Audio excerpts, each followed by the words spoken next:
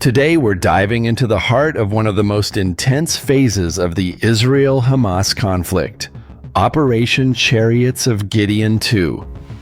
This operation, launched by the Israeli Defense Forces, IDF, marks a pivotal escalation in Gaza, aiming to dismantle Hamas's last major stronghold in Gaza City. Drawing from declassified reports, eyewitness accounts, and strategic insights, we'll unpack the objectives, tactics, diplomatic tensions, humanitarian impacts, and potential future scenarios. If you're passionate about military strategy and international affairs, stick around. This is essential viewing. Hit subscribe, like, and drop your thoughts in the comments. What's your take on Israel's endgame here? Let's get into it. The footage you've just witnessed captures the raw intensity of last Sunday's strike on September 14th, 2025. The target, a residential building in Gaza City, reduced to rubble in minutes by precision airstrikes.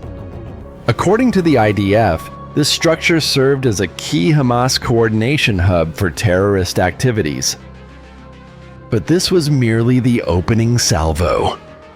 By Monday, a barrage of strategic bombings rocked the region, setting the stage for a ground offensive that fulfilled a promise made nearly 2 years ago.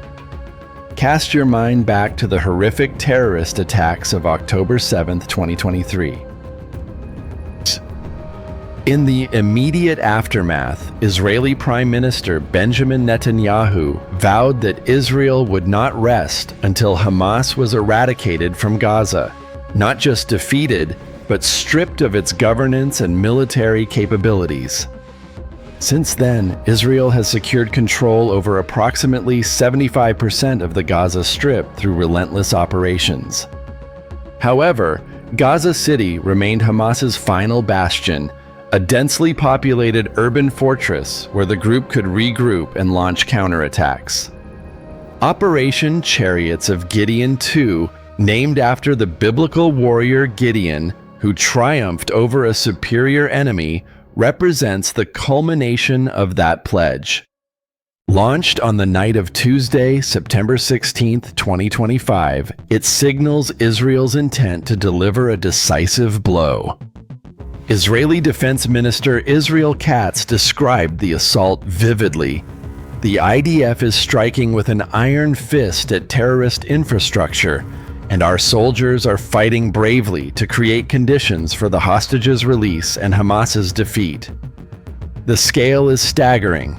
2 full IDF divisions advanced on Gaza City, with a third held in strategic reserve for reinforcements. Tens of thousands of reservists, some estimates reach 80,000, were mobilized to bolster the effort. This surge in manpower addresses a critical challenge. After nearly 2 years of continuous combat, many regular troops are exhausted, some having fought non-stop for over a year. Fresh reserves are essential for what promises to be the war's most grueling phase. The strategy has evolved dramatically. Previously, IDF operations followed a pattern: clear an area, neutralize threats, only for Hamas to withdraw, regroup, and re-emerge elsewhere. Hamas's resilience in rebuilding forces created an endless cycle. To break this, Israel adopted a new doctrine: clear, hold, maintain, and deny. This shifts from hit-and-run raids to permanent territorial consolidation, denying Hamas any space to operate. It demands immense resources, precise intelligence, sustained troop presence, and long-term commitment. Analysts predict the fighting could drag on for at least 6 months, transforming the conflict from episodic clashes to a prolonged occupation. The battlefield itself amplifies the difficulty. Gaza City lies in ruins after months of bombardment, providing ideal cover for Hamas fighters. Debris-strewn streets enable ambushes, with militants vanishing into the wreckage in seconds. Urban warfare is notoriously brutal, but combat amid ruins elevates it to extreme levels. Every advance must be meticulously planned to minimize risks. Diplomacy runs parallel to the military push. U.S. Secretary of State Marco Rubio's visit to Jerusalem was no coincidence. While publicly reaffirming support for Israel's right to self-defense, Rubio conveyed a firm message from President Trump: push for a ceasefire tied to the release of the remaining 48 hostages held by Hamas. Rubio expressed pessimism about negotiations, suggesting only days or weeks remain before diplomatic avenues close entirely. A controversial Israeli strike days before the ground offensive underscored this tension. IDF forces targeted Hamas leaders in Qatar during ceasefire talks, a move Netanyahu defended as Israel's right to pursue terrorists globally. Qatar, a key mediator, condemned it vehemently, straining relations. The international community reacted negatively, and Trump distanced himself, attributing the decision solely to Netanyahu. Humanitarian concerns compound the operation's complexity. Over 1 million Palestinians are crammed into Gaza City and environs.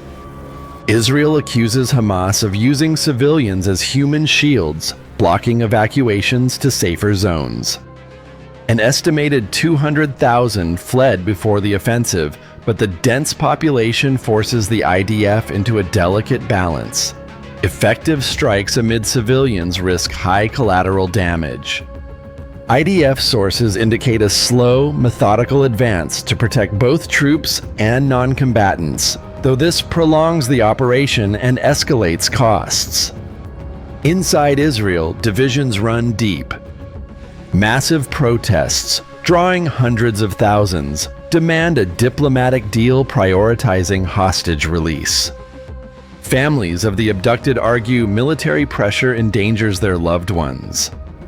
Opposition leader Yair Lapid slammed the plan as a disaster, contradicting security experts, predicting needless deaths without clear gains. Some military and security sectors advocate caution, favoring a hostage deal over full assault to avoid losing more captives, as seen in past incidents. This reflects a broader debate: Netanyahu's total victory versus critics' view that it's an illusion, ignoring political realities and risking regional instability. International pressure mounts.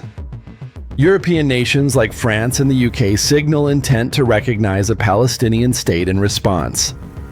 Netanyahu acknowledges growing isolation, but insists Israel must bolster self-reliance, especially in arms production, viewing pressure as psychological warfare. Looking ahead, scenarios vary. Best case for Israel: IDF seizes Gaza City, eliminates key Hamas cells, and establishes stable control, enabling Netanyahu's total victory declaration. Yet, governing a devastated territory with 2 million residents, ruined infrastructure, and deep resentment demands vast resources for years. Intermediate: a stalemate where weakened Hamas sustains urban guerrilla warfare, forcing Israel into constant engagements, mounting losses, and pressure for political resolution. Worst: a catastrophe with heavy soldier or hostage casualties, leaving Israel strategically weaker. Hamas's strategy: survive long enough to force a ceasefire, preserving its structure.